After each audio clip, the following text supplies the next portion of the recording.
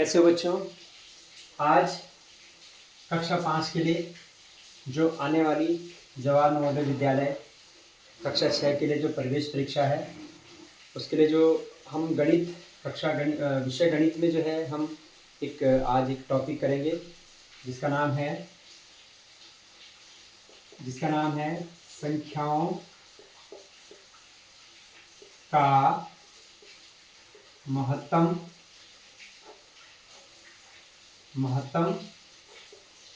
समापवर्तक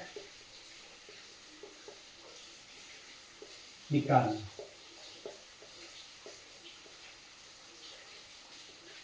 ठीक है, तो महत्तम समापवर्तक निकालने की जो विधियां हैं, तीन विधियां या तीन तरीके। जैसे हम कहीं जाते हैं, किसी जगह जाना है हमने, तो उसके जैसे तीन रास्ते होते हैं। तो हम पहले रास्ते से भी उधर ही जाएंगे, दूसरे रास्ते से भी उधर ही जाएंगे, तीसरे रास्ते से भी उधर ही जाएंगे। ठीक है, हाँ, हो सकता है कोई रास्ता लंबा हो, कोई रास्ता थोड़ा कठिन हो, कोई आसान रास्ता हो। तो अब वो इसी तरह से मौसम निकालने की भी तीन विधियां हैं। वो तीन विधियां कौन कौन सी हैं वो मैं यहाँ पर लिख देता हूँ। सबसे पहली विधि है अपवर्तक विधि। ठीक है, और दूसरी विधि है हमारी अभाज्य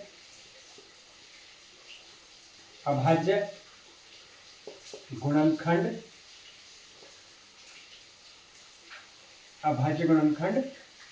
विधि। और तीसरी विधि हमारी होगी, तीसरी विधि है भाग विधि।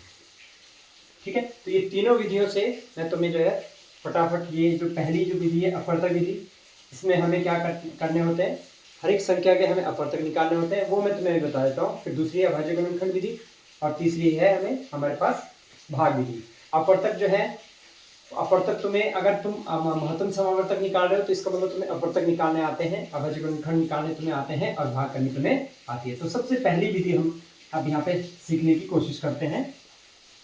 देखो, जो सबसे पहली विधि है वो है अपवर्तक विधि। अपवर्तक का मतलब जो होता है, क्या होता है अपवर्तक का मतलब बताओ? हमें उसके क्या निकालने हैं? हमें उसके फैक्टर्स निकालने हैं। जैसे अब देखो, फैक्टर्स निकालने हैं।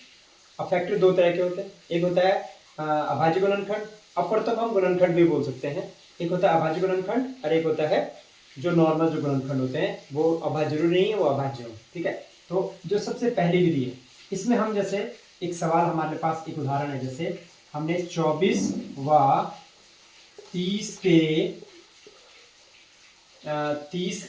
30 का मौसम निकालना है। अब मैं मौसम को, महत्तम समावर्तक को यहाँ पे शॉर्ट में मौसम लिखूंगा, और इसको महत्तम समावर्तक को इंग्लिश में बोलते हैं HCF, हाईएस्ट कॉमन फैक्टर। ठीक है, का मौसम निकालो। तो इसका जैसे मौसम निकालना हमने, तो हमें इसके पहले क्या निकालने पड़ेंगे? अपवर्तक, या हमें इसके गुणनखंड निकालने पड़ेंगे। ठीक है, तो यहाँ पे देखो, यहाँ पे इसको हम हल कर रहे हैं, यहाँ से हल हो गया। अब हमें क्या निकालने हैं? 24 के अपवर्तक, या हम इसका दूसरा नाम क्या है? गुणनखंड। इसके गुणनखंड निकालने हैं। तो इससे 24 के अपवर्तक के गुणनखंड क्या क्या होंगे अब बताओ? देखो, पहला है 1, यानी हमें कौन सी संख्या निकालनी है? अपवर्तक का मतलब हमें वो संख्या निकालनी है जो इससे भाग हो सके, इसको भाग कर सके, इसको, जो संख्याएं इसको भाग कर सके। ठीक है, जैसे 1 हो गया, 1 24 को भाग करता है।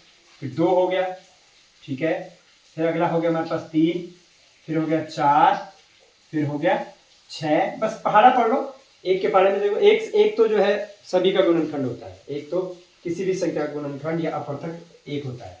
ठीक है, 2 3 4 5 6, फिर 6 के बाद हो गया हमारे पास 8, 8 के बाद हो गया हमारे पास 12, फिर 12 के बाद 24। जैसे ही हमारे पास किसी भी संख्या का आधा हो जाए तो फिर उसके बाद सीधा वही संख्या।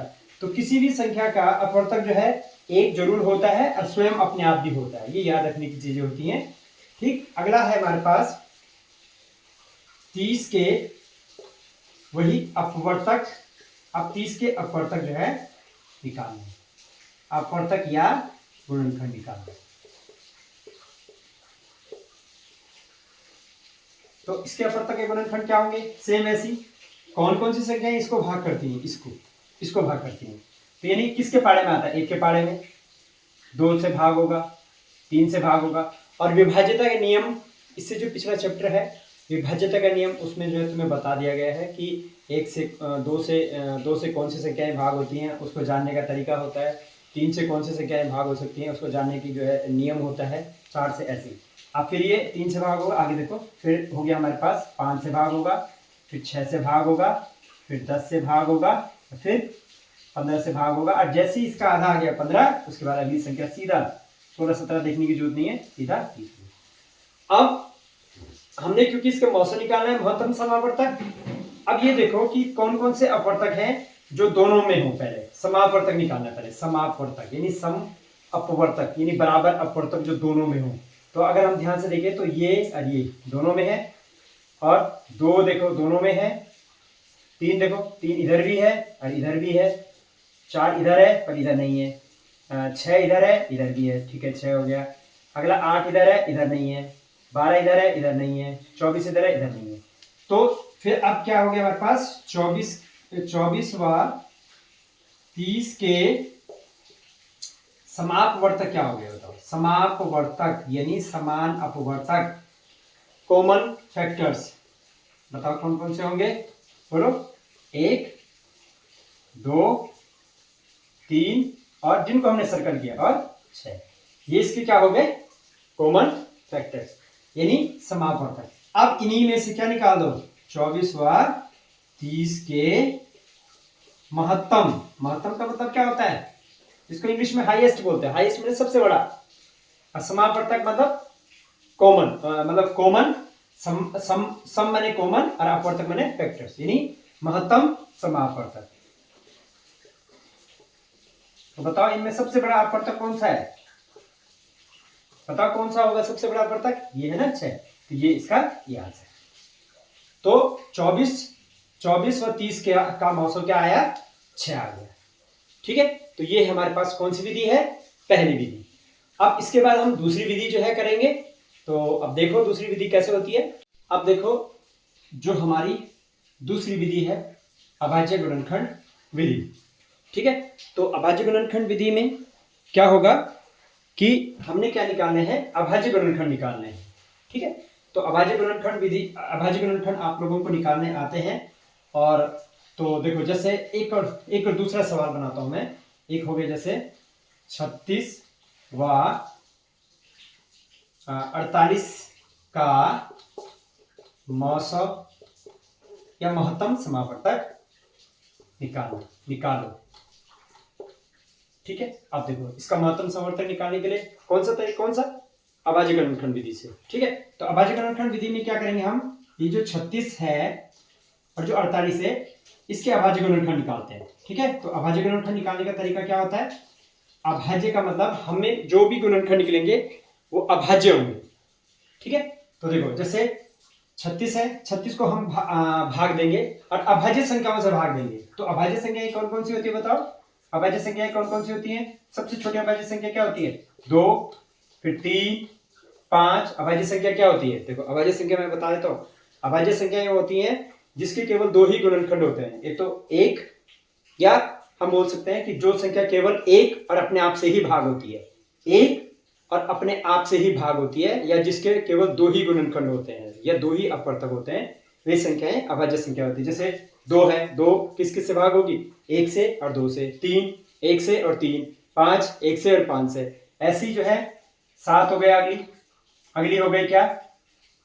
11, अगली है 13, अगली हो गई 17।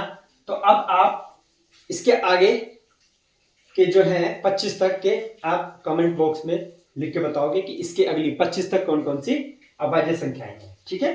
तो अब उसके बाद सबसे छोटी अभाज्य, पहले सबसे छोटी अभाज्य संख्या से भाग करके देखना क्या ये 36 भाग होता है? तो होगा। क्यों? क्योंकि विभाज्यता का नियम तुमको बताया गया है कि 2 से कौन सी संख्याएं भाग होती हैं? जो सम संख्याएं होती हैं, ठीक है। ये सम संख्या 2 से भाग होगी और हमें यहाँ पे क्या लिखना है? सिर्फ भागफल, अब इसको चेक भी कर सकते हो, सही है कि नहीं। 18 दूनी 36, 36 को 2 से भाग करेंगे 18, 18 दूनी 36। अगला है हमारे पास, फिर दोबारा 2 से भाग हो रहा है क्योंकि ये सम संख्या है 9। फिर अब ये दोबारा क्या 2 से भाग होगा? क्या ये सम संख्या है? नहीं है, ये विषम संख्या है। विषम संख्या क्या होती है? विषम संख्या होती है सिंपल। अगर मैं सिंपल बोलूं तो जो संख्याएं 2 से पूरी पूरी भाग होती हैं वो सम संख्याएं होती हैं, और जो संख्याएं 2 से पूरी पूरी भाग नहीं होती हैं वो विषम संख्याएं होती हैं। या अगर आपको पहचान करनी है, कोई बड़ी संख्या दे रखी है कि बताओ कि क्या, ये बताओ ये 638 जो है क्या ये सम संख्या है विषम संख्या है? अब इतनी बड़ी संख्या है, इसको कैसे चेक करोगे तुम?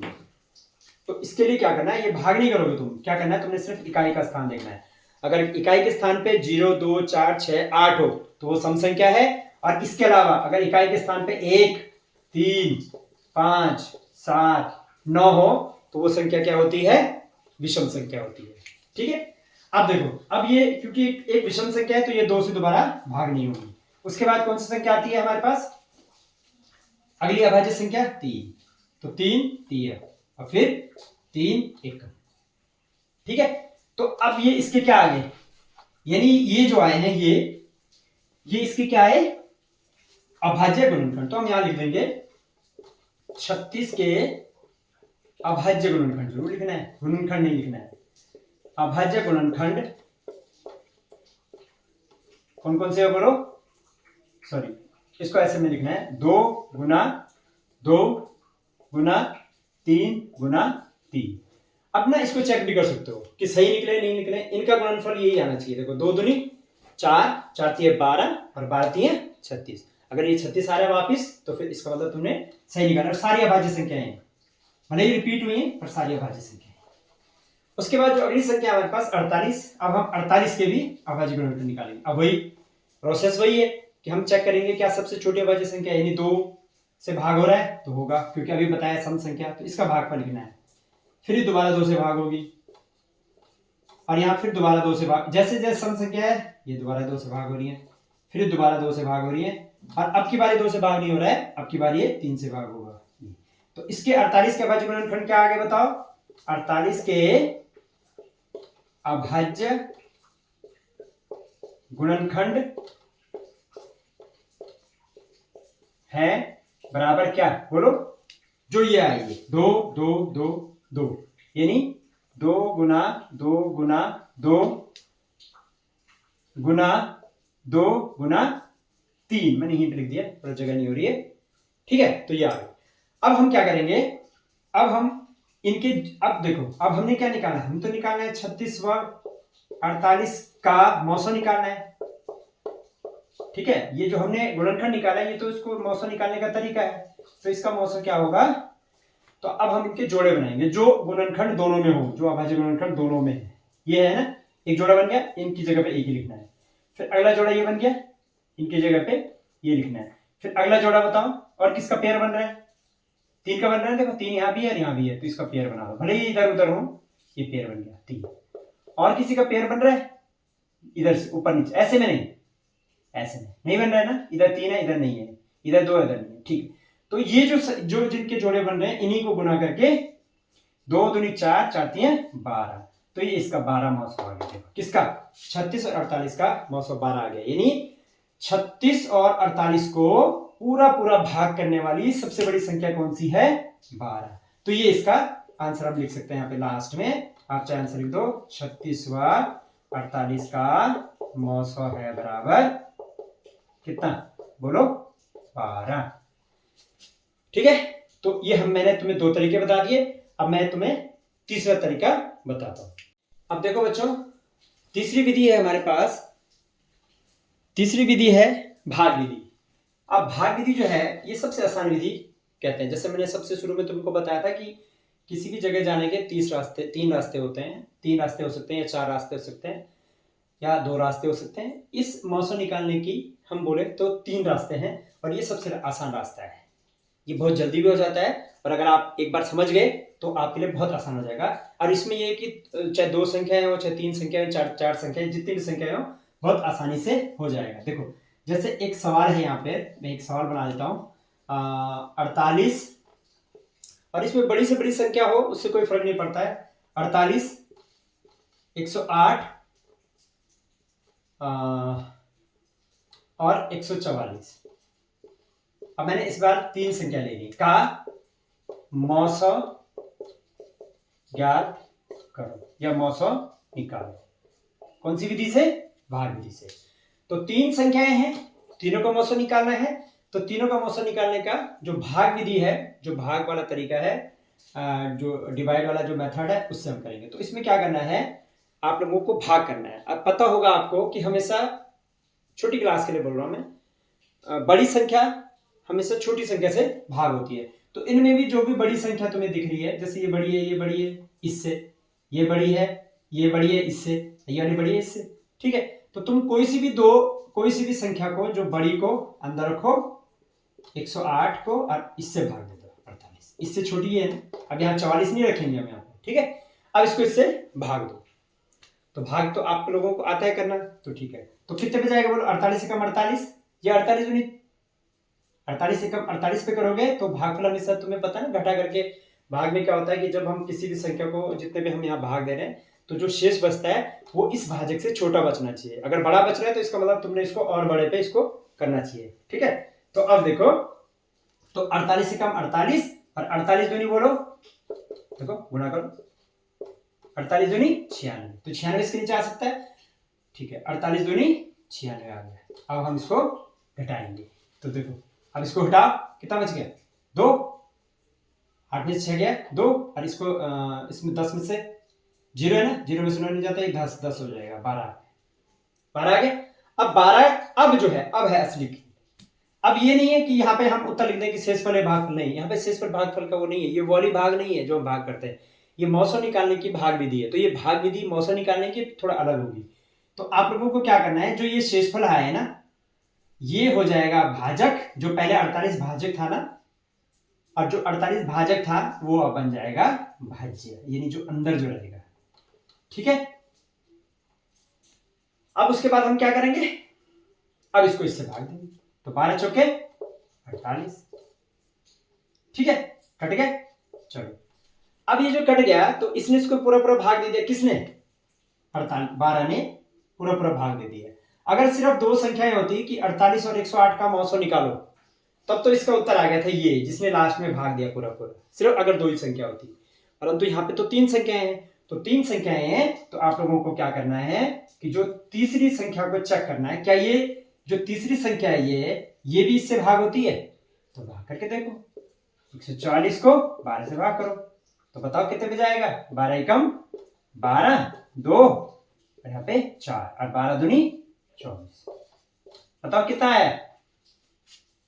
अब देखो, चेक करो, क्या जब इस 12 ने इसको भी भाग दिया, इसको भी भाग दिया, तो अब 12 144 को भी भाग दे रहा है। तो इसका मतलब क्या हुआ कि हम यहां पे आंसर लिखेंगे 48, 108 व 144 का मौसौ है बराबर, क्या होगा मौसौ? जिसने सबको भाग दिया है, लास्ट में जो आया। देखो ये यहां था, फिर हमने इसको चेक किया क्या इसको भी भाग देगा, तो इसने इसको भाग दे दिया। और अगर ये भाग नहीं देता तो ये आगे आगे ऐसे बढ़ता रहता, और जो लास्ट में जो भाग करके 0 आता, नीचे लास्ट में शेष पर, वो आंसर हो जाता। तो यहाँ पे इसका आंसर 12 आ गया। तो ये थी मौसौ महत्तम समावर्तक निकालने की 3 विधियां। आशा करता हूं आप लोगों को ये तीनों विधियां या मौसौ निकालना आ गया होगा, और इस वीडियो को बार बार देखते रहो जब तक आप लोगों को समझ ना आए। और अगर आपको वीडियो अच्छा लगा तो इसके लिए लाइक कीजिए, शेयर कीजिए, और मेरा जो चैनल है यूट्यूब चैनल उसको सब्सक्राइब कीजिए, और मेरा जो फेसबुक पेज है उसको फॉलो कीजिए। धन्यवाद।